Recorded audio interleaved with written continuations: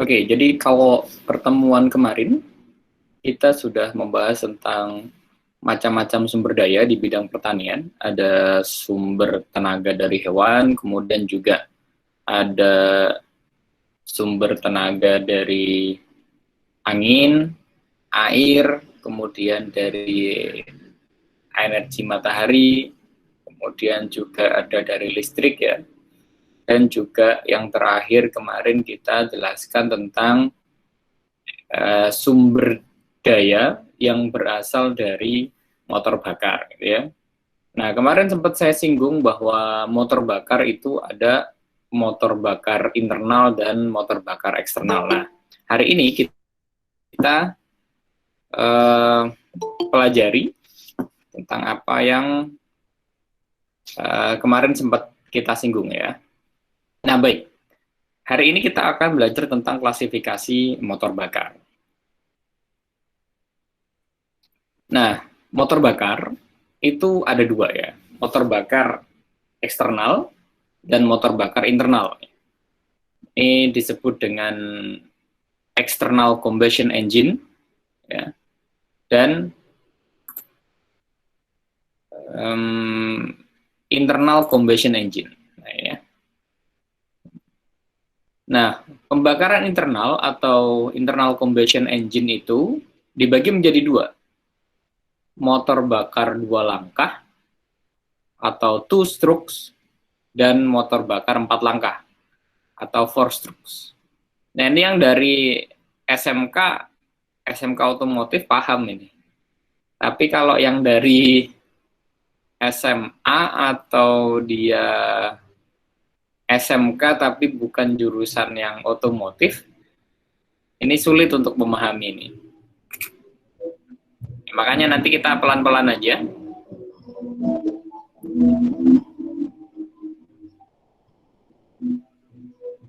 Kita pelan-pelan aja untuk memahami ini. Nanti kalau misalkan nggak paham ya, langsung aja tanya di on-kan mic-nya, nggak apa-apa, langsung di interrupt. Nah, kita bahas dulu yang pembakaran eksternal ya. Nah ini, pembakaran eksternal atau external combustion engine, itu proses pembakaran bahan bakarnya ini terjadi di luar. Kalau ilustrasinya nanti yang sebelah kanan ini ya, sebelah kanan ini.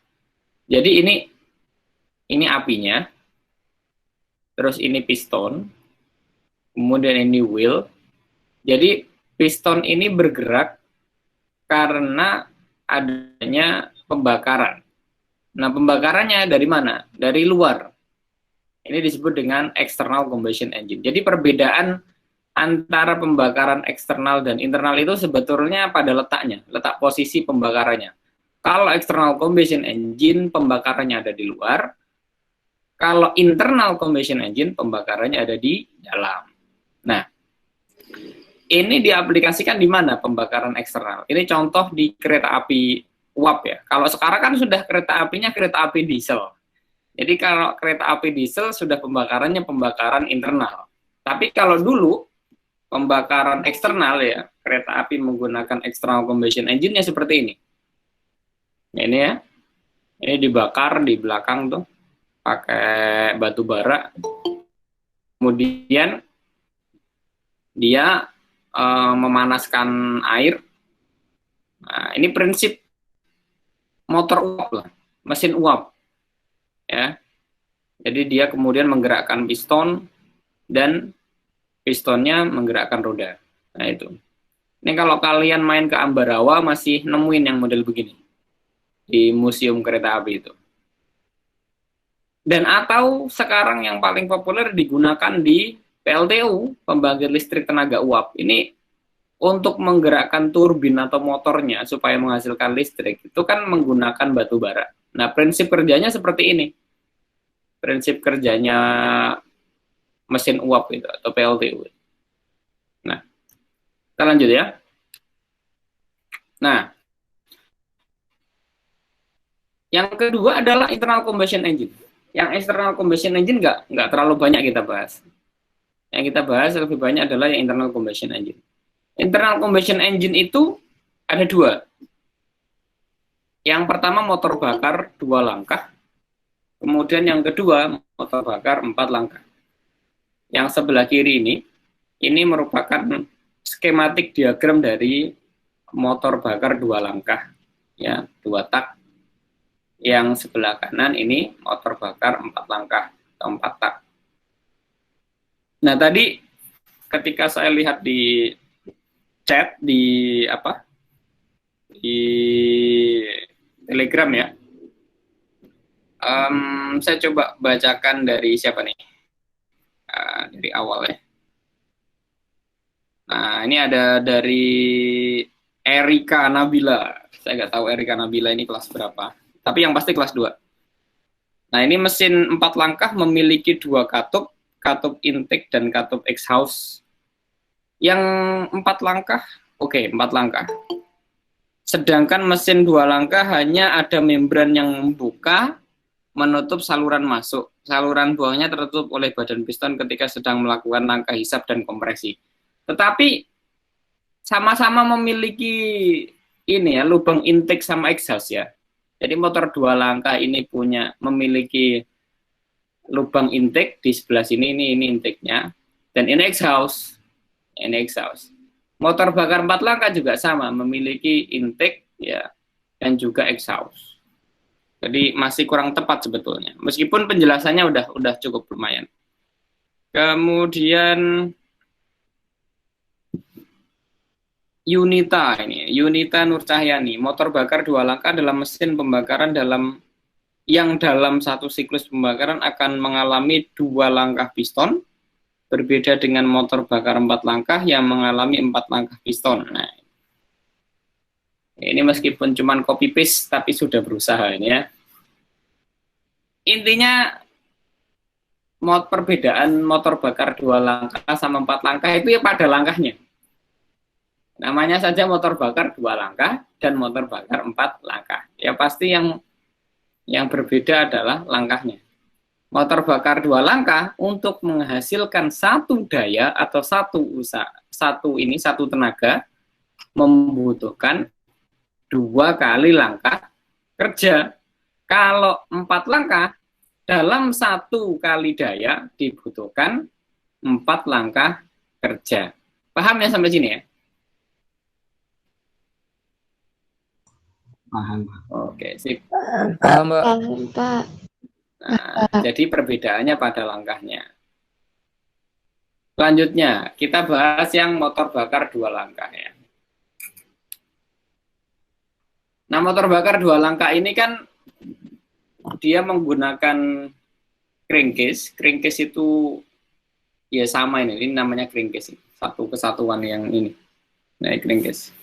Dan juga silinder itu ini. Bahasa gampangnya orang kita nyebutnya apa ya? Seker ya. Piston, itu silinder. Nah, untuk mencapai semua elemen siklis Otto hanya dalam 2 pukulan piston. Jadi 2 kali langkah kerja. Nah, ini motor bakar 2 langkah. Jadi sekali untuk mencapai semua siklusnya atau untuk menghasilkan 1 kali daya tenaga itu membutuhkan 2 kali langkah kerja. Oke.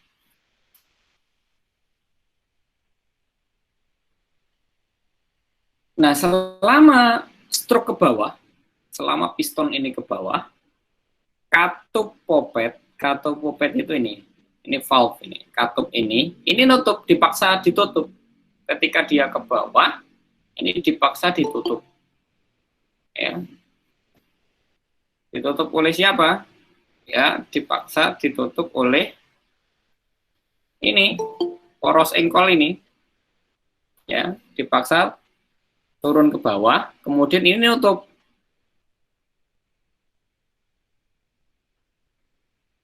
Campuran bahan bakar kemudian dikompres di bak mesin, ini bak mesin. Ini dikompres di bak mesin selama sisa stroke.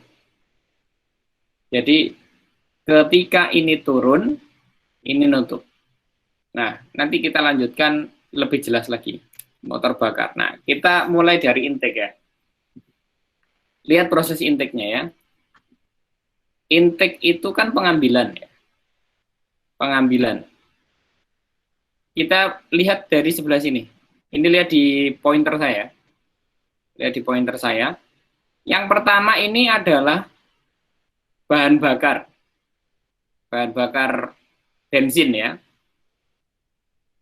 Bahan bakar bensin ini dia bercampur dengan udara. Jadi saya ulang bahwa bahan bakar ini bercampur dengan udara. Nah, campuran bahan bakar atau udara pertama kali ditarik ke dalam bak mesin oleh vakum yang tercipta saat truk ke atas piston. Jadi ketika pistonnya naik, otomatis dia akan menghisap udara dan bahan bakar yang sudah dicampur tadi masuk ke dalam bak mesin. Bak mesinnya. Ketika ini naik, ya pistonnya naik, katupnya membuka, udara dan bahan bakar masuk. Nah itu, yang pertama.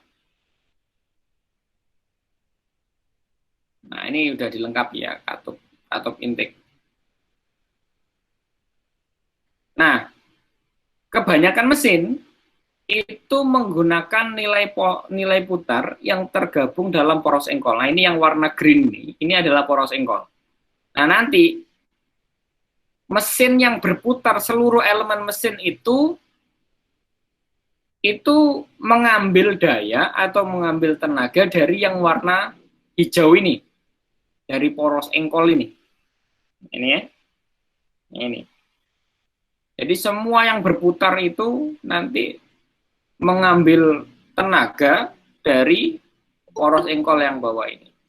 Jadi saya ulang, untuk intake, campuran bahan bakar dan udara ini masuk ke dalam bak mesin akibat dari terhisap oleh piston yang naik ini. Nah, itu ya. Piston naik, lubang exhaust-nya tertutup. Lubang intake-nya membuka. Nah, itu yang harus kalian pahami. Ya. Kemudian, nah ini transfer. Tadi kan udah masuk tuh, bahan bakarnya kan udah masuk. Ketika sudah masuk, dia lewat samping kiri ini. Nah, lewat samping kiri ini lihat. Lewat samping kiri ini, ketika ini turun ya, jadi piston turun, yang tadinya bahan bakar bercampur udara itu ada di bawah, dipaksa untuk naik lewat samping sini. Nah, lewat samping sini, kemudian ada di ruang pembakaran. Nah, ini transfer ya. Jadi, untuk transfer atau exhaust, tadi kan ada campuran bahan bakar ya.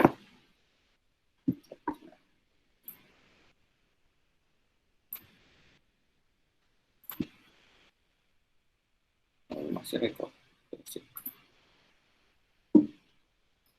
Ada campuran bahan bakar dan udara, itu kan udah ada di bak mesin tuh. Nah, ketika pistonnya turun, maka udara dan bahan bakar itu dipaksa untuk naik. Nah, ketika naik, ya,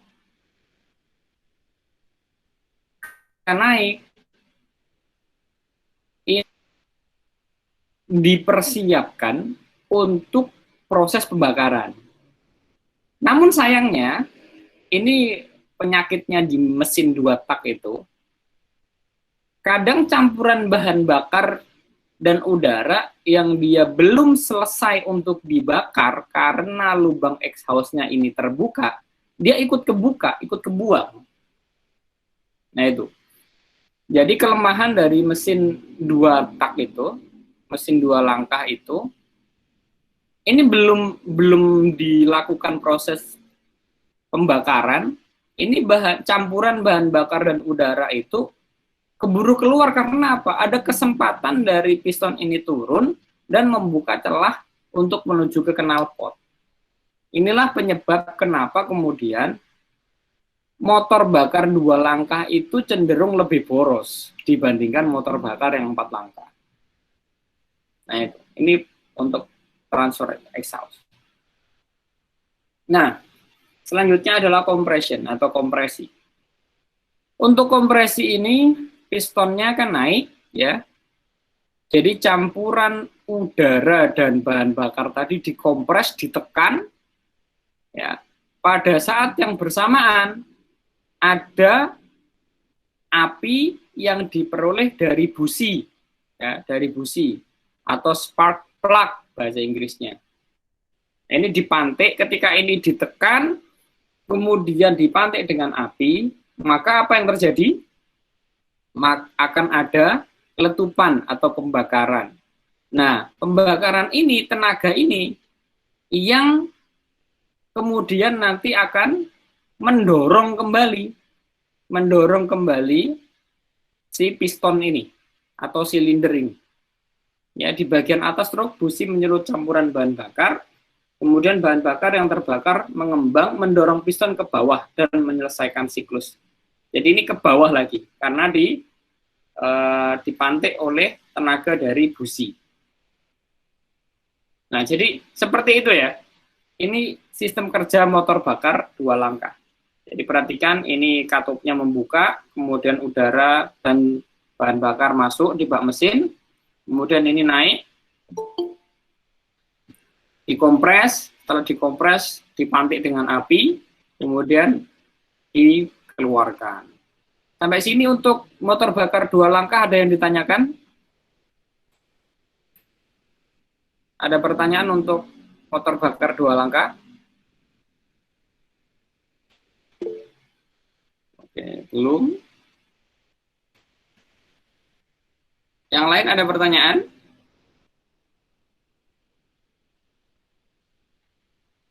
Oke, kalau tidak ada kita lanjutkan. Nah, ini untuk catatan saja.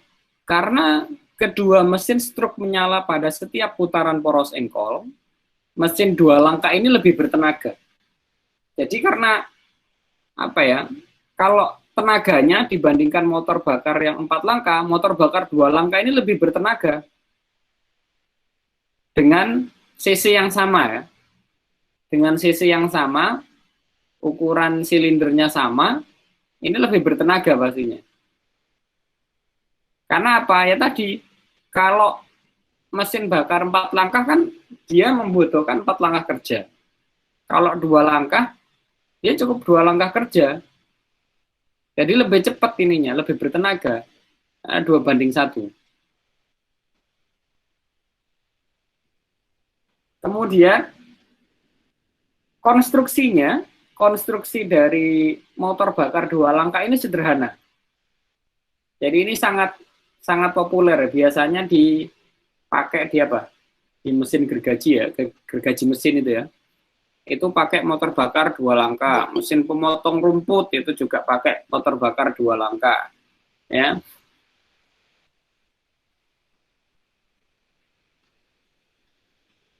Nah, kebanyakan mesin 2 langkah itu tidak efisien. Kenapa? Tidak efisiennya tadi, yang pasti boros bahan bakar, dan yang kedua, tidak ramah lingkungan. Kalau kalian lihat motor-motor yang dia itu 2 tak, 2 langkah ya, lebih banyak dia itu gas buangnya itu mesti gas. Jadi kenapa kemudian motor bakar 2 langkah itu tidak ramah lingkungan ya, karena gas buangnya lihat mesti kayak kompor ya. Asapnya banyak. Itu mesin 2 langkah atau 2 strokes engine. Nah, ini catatan untuk mesin 2 langkah. Kalau tidak ada kita lanjut ke, oh ya, sebelum ke 4 langkah ada kesimpulannya. Jadi kesimpulan prinsip kerja motor bakar 2 langkah itu langkahnya cuma langkah kompresi sama langkah usaha. Langkah kompresi tadi ya, ada intake sama transfer, kemudian ada power dan exhaust. Nah, ini langkah kompresi dan langkah usaha. Itu saja kalau motor bakar 2 langkah.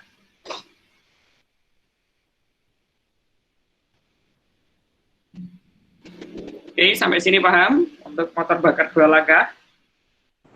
Paham, Pak. Ya. Paham, Pak. Yang perempuan ini yang perlu diwanti-wanti karena perempuan jarang ngotak-ngatik mesin. Paham ya yang cewek-cewek ya? Insya Allah, Pak. Insya Allah, Pak. Pak. Oke, kalau tidak ada pertanyaan untuk motor bakar 2 langkah, kita lanjut ke motor bakar 4 langkah. Motor bakar 4 langkah, sesuai dengan namanya, untuk memperoleh 1 kali daya atau 1 kali usaha, diperlukan 4 langkah kerja ya. Langkahnya apa saja? Yang pertama adalah langkah hisab atau shakshed.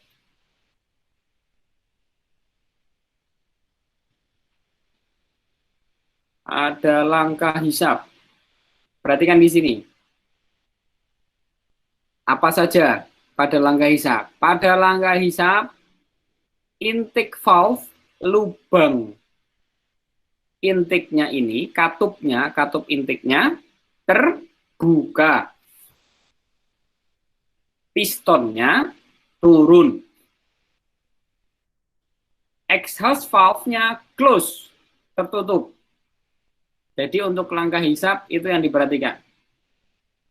Untuk valve-nya open, valve open-nya ini terbuka ya untuk intake, kemudian lubang pembuangan tertutup, piston ke bawah. Nah, itu langkah hisab. In the diagram, the piston moving towards BDC, BDC itu yang bawah ini namanya BDC, bottom dead center. Yang atas ini adalah top dead center. Bottom dead center itu artinya batas bawah dari piston itu ketika proses turun. Sedangkan top dead center atau TDC itu adalah batas atas, batas maksimum ketika piston itu naik. Nah, itu TDC. Kalau BDC kita turun. A mixture of air and petrol is being drawn through the inlet valve in the top of the cylinder. Jadi, campuran untuk bahan bakar dan udara ini masuk melalui lubang intake. Ini langkah yang pertama, atau disebut dengan langkah hisab. Langkah yang kedua, yaitu langkah kompresi. Langkah kompresi, kedua katup ini menutup, katup intake menutup, katup exhaust menutup, pistonnya naik. Nah, itu disebut dengan langkah kompresi. Piston mulai gerak ke atas dan katup intake ini menutup. Ya, kedua katup menutup. The charge for fresh air and gasoline is compressed to about 5 and 1. Artinya 20% saja. Ya. Dari volume. Jadi campurannya itu antara udara dan bahan bakar itu 5:1. 5 itu udara, 1-nya adalah bahan bakar. Jadi perbandingan antara bahan bakar dan udaranya 5:1. Nah, nanti saya jelaskan untuk kenapa udara itu penting ya. Jadi, the act of compressing air heats it up immensely. Jadi tekanannya naik, ini nanti semakin besar tekanan, akan pembakarannya juga akan semakin besar. Nah, ini terjadi pada setiap detik ke atas. Ketika piston ini naik ke atas, pasti akan terjadi kejadian yang seperti ini. Nah, ini langkah kompresi. Yang ketiga, langkah ketiga adalah langkah power atau langkah tenaga. Perhatikan, untuk langkah yang ketiga atau untuk tenaga, kedua katupnya tertutup, katup intake tertutup, katup exhaust tertutup, piston turun ke bawah. Kalau tadi yang sebelumnya kompresi kan naik, ini ke bawah. Ke bawahnya disebabkan oleh apa? Disebabkan oleh pantikan dari api busi atau dari spark plug, sehingga menjadikan piston atau silinder ini turun ke bawah. Api busi dan kombinasi percikan dan suhu campuran yang tinggi di dalam silinder menyulut uap bahan bakar, ya. Ledakan yang dihasilkan ini memaksa piston kembali ke bawah. Ini langkah yang ketiga dari TDC menuju BDC. Nah, ini untuk yang langkah ketiga. Sedangkan untuk langkah yang terakhir atau langkah yang keempat,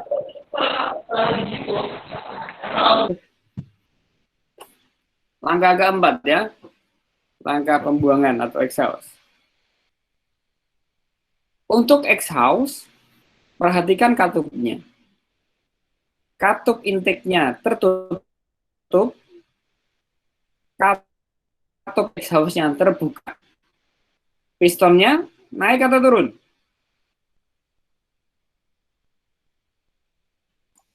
Turun. Pistonnya Naik, Pak. naik. Naik.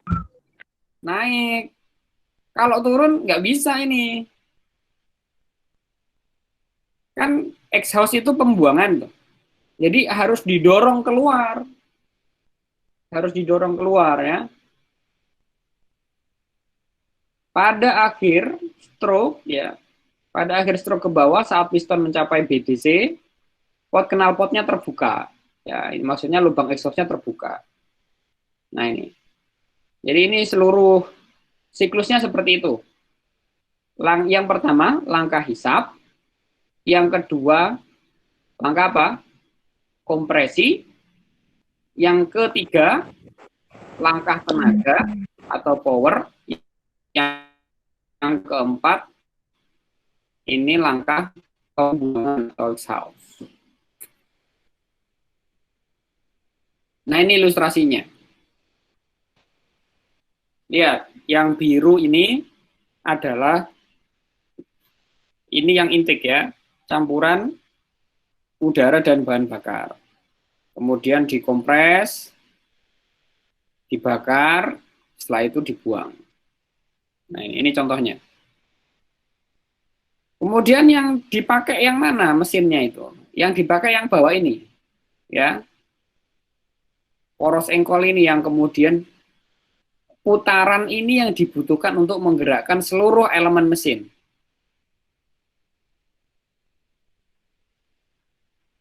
Nah, ini contohnya ya.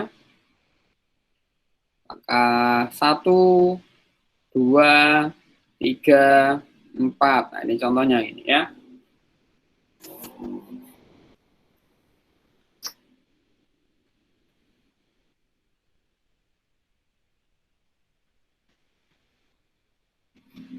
Ada pertanyaan sampai sini?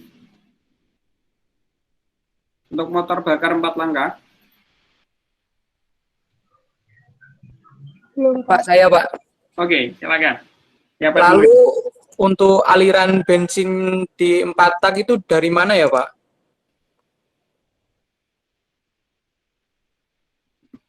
Dari yang warna biru ini. Ini bensinnya di sini. Bensin plus udara. Yang sebelah kiri. Atau yang kalau ini, yang sebelah sini nih. Lihat di pointer saya. Nah, ini campuran bensin dan bahan bakar. Sorry. Bensin dan udara. Udara itu diperoleh dari mana? Kalian kalau di motor kalian kan ada filter udara itu ya. Nah, itu fungsinya. Kalau nggak ada udara atau filter saluran udaranya tertutup, ini nggak bisa dibakar. Pembakaran itu kan membutuhkan O2, oksigen. Jadi udara itu yang membantu proses pembakarannya. Jadi kalau sampai lubang udaranya tertutup, maka tidak akan terjadi proses pembakaran. Maka motor kalian akan macet atau mogok. Oke, ada pertanyaan lagi?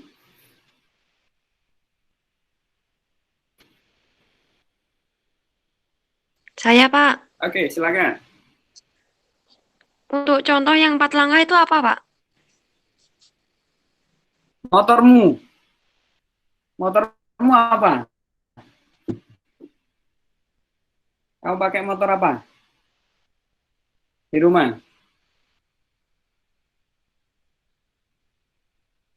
Halo? Ya, Pak. Motornya di rumah pakai apa? Eh, maksudnya gimana, Pak? Punya sepeda motor nggak di rumah? Punya. Punya. Sepeda motornya apa? Mereknya? Vario. Vario. Nah, itu sama. Dia menggunakan ini. Motor bakar 4 langkah. Cuman dia tidak berdiri seperti ini. Jadi motor-motor yang kalian pakai, terutama motor bebek itu, atau Vario dan sejenisnya, itu tipenya tipe yang ini rebah. Ini kan saya mencontohkan berdiri. Itu rebah dia. Ini direbahkan saja. Nah, itu contohnya. Ya, motor yang kalian pakai sekarang ini motor bakar 4 langkah rata-rata. Yang 2 langkah itu contohnya itu Ninja yang lama itu. Motor Ninja Kawasaki itu ya. Yang lama itu pakai ini 2 langkah. Terus kalau motornya saya nggak tahu kalian masih dapetin atau enggak ini. Force One itu.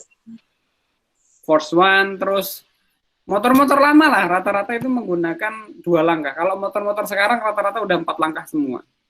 Tracking, Mbak. Ini ada pertanyaan dari Herdi Mas Khalil Ikraman. Pak, izin bertanya, pada volume silinder atau cc yang sama, maka perbandingan kompresi motor diesel lebih besar dibandingkan motor bensin. Alasannya kenapa, Pak, kok lebih besar cc-nya diesel dibandingkan dengan bensin? Kita nggak bahas motor diesel dulu. Ini dulu, motor bakar 2 langkah sama 4 langkah dulu. Nanti motor bakar diesel, nanti ada cc-nya. Diesel itu menggunakan kompresi saja, bukan busi. Oke, pertanyaan selanjutnya.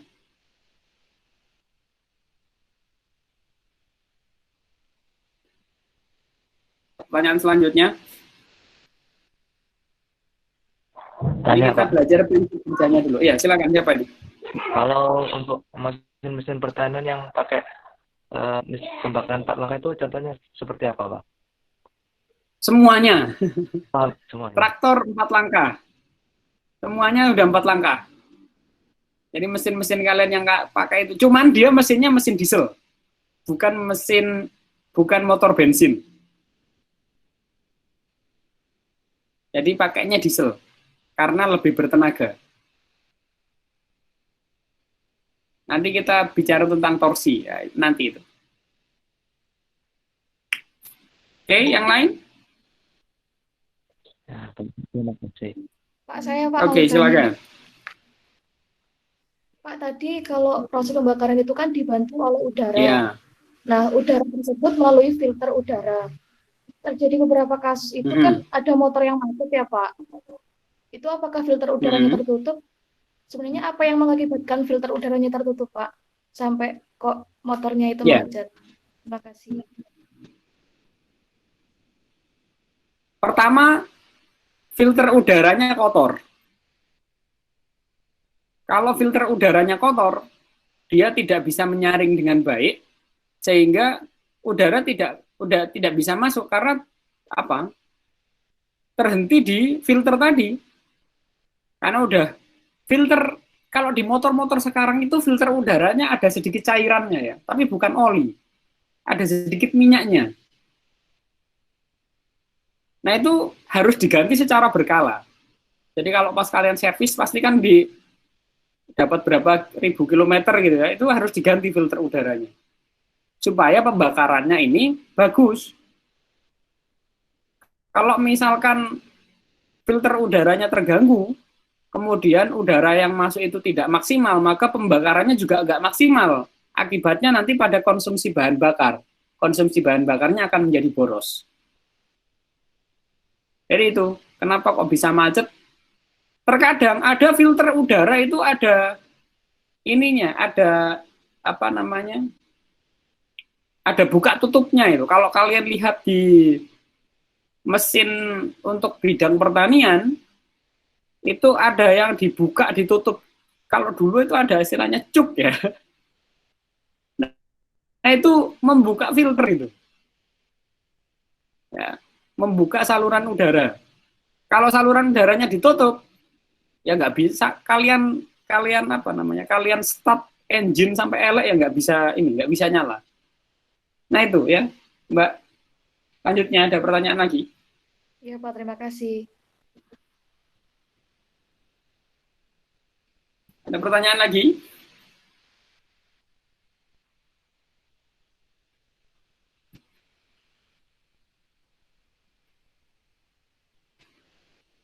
Yang lain? Ada pertanyaan atau tidak? Ini contoh ilustrasinya. Jadi yang dibutuhkan itu sebetulnya perputaran ya. Yang dibutuhkan oleh seperangkat sistem di permesinan itu putaran.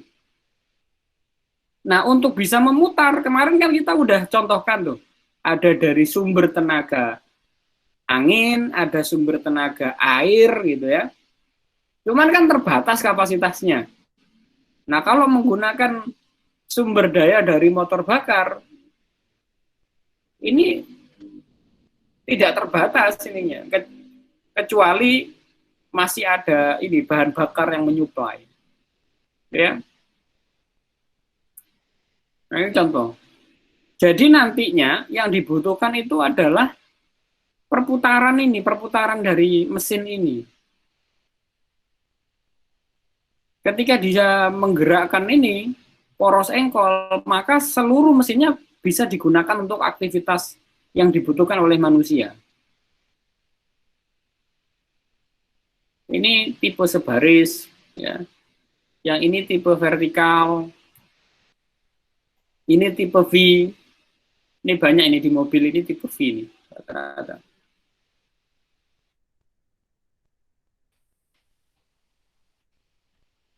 Nah, ini contoh. Ini contohnya.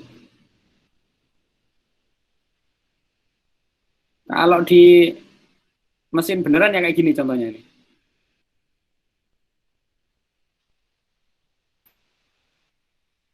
Praktikumnya ini kelompoknya sama dengan yang kemarin.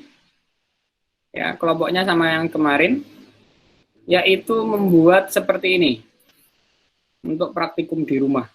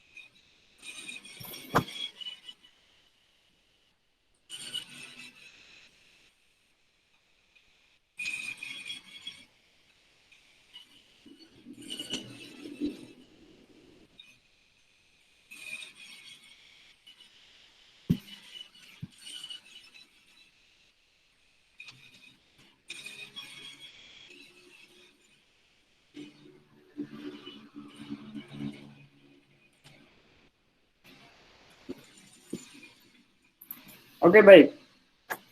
Gimana? Ada pertanyaan terkait dengan praktikumnya?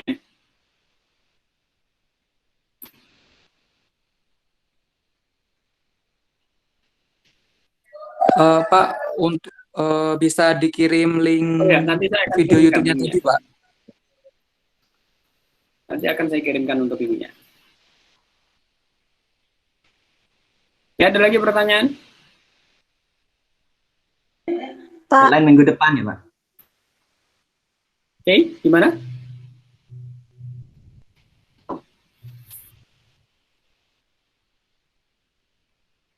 Ada pertanyaan?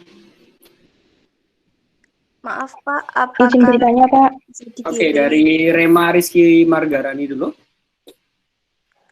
Apakah materinya bisa dikirim, Pak? Materinya kan sudah ada di YouTube. Materi PowerPoint-nya Bapak tadi. Iya, iya, sudah saya sampaikan di YouTube. Sudah saya upload. Silakan dicek. Baik, Pak. Terima kasih. Oke, sama-sama. Siapa lagi? Saya, Pak, mau tanya. Oke.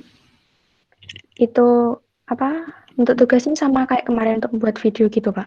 Iya, nanti selain membuat video, itu kan pakai miniatur ya, bikin miniatur. Nah, miniaturnya itu dikumpulkan ke kampus. Nanti perwakilan untuk mengirimkannya ke teknisi. Oh, enggak, Pak. Makasih, Pak. Oke, sama-sama. Pak mau Lanjutnya? bertanya, Oke, silakan. itu konfigurasi mesinnya apa harus V8, Pak? V8 ya. Jika pakai Minimal. V4 nggak boleh? V4 nggak boleh, harus V8. Karena kalau V8 nanti tiap-tiap silinder itu kan harus dibedain. Silinder pertama itu harus langkah hisap, silinder kedua itu harus langkah kompresi, kemudian yang ke silinder ketiga itu harus power, silinder keempat itu harus exhaust. Jadi ketika dalam satu kali proses, maka akan ada 4 perbedaan. Jadi itu, supaya yang lain paham ininya, prosesnya. Jadi kenapa saya wajibkan untuk membuat V8? Nah, itu. Sehingga prosesnya tahu. Tidak hanya sekedar membuat, tapi konfigurasi ininya, perbedaan antara langkah 1 ke langkah 2, langkah 3 ke langkah 4, itu tahu letak perbedaannya di mana. Gitu. Itu ya. Oke, pertanyaan yang bagus. Selanjutnya.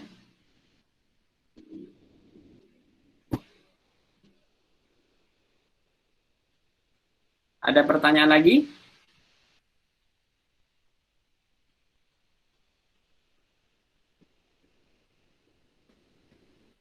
Oke, clear? Jelas? Kalau tidak ada pertanyaan, kuliah hari ini saya cukupkan sekian. Terima kasih dan assalamualaikum warahmatullahi wabarakatuh. Warahmatullahi wabarakatuh. Waalaikumsalam warahmatullahi wabarakatuh. Waalaikumsalam warahmatullahi wabarakatuh.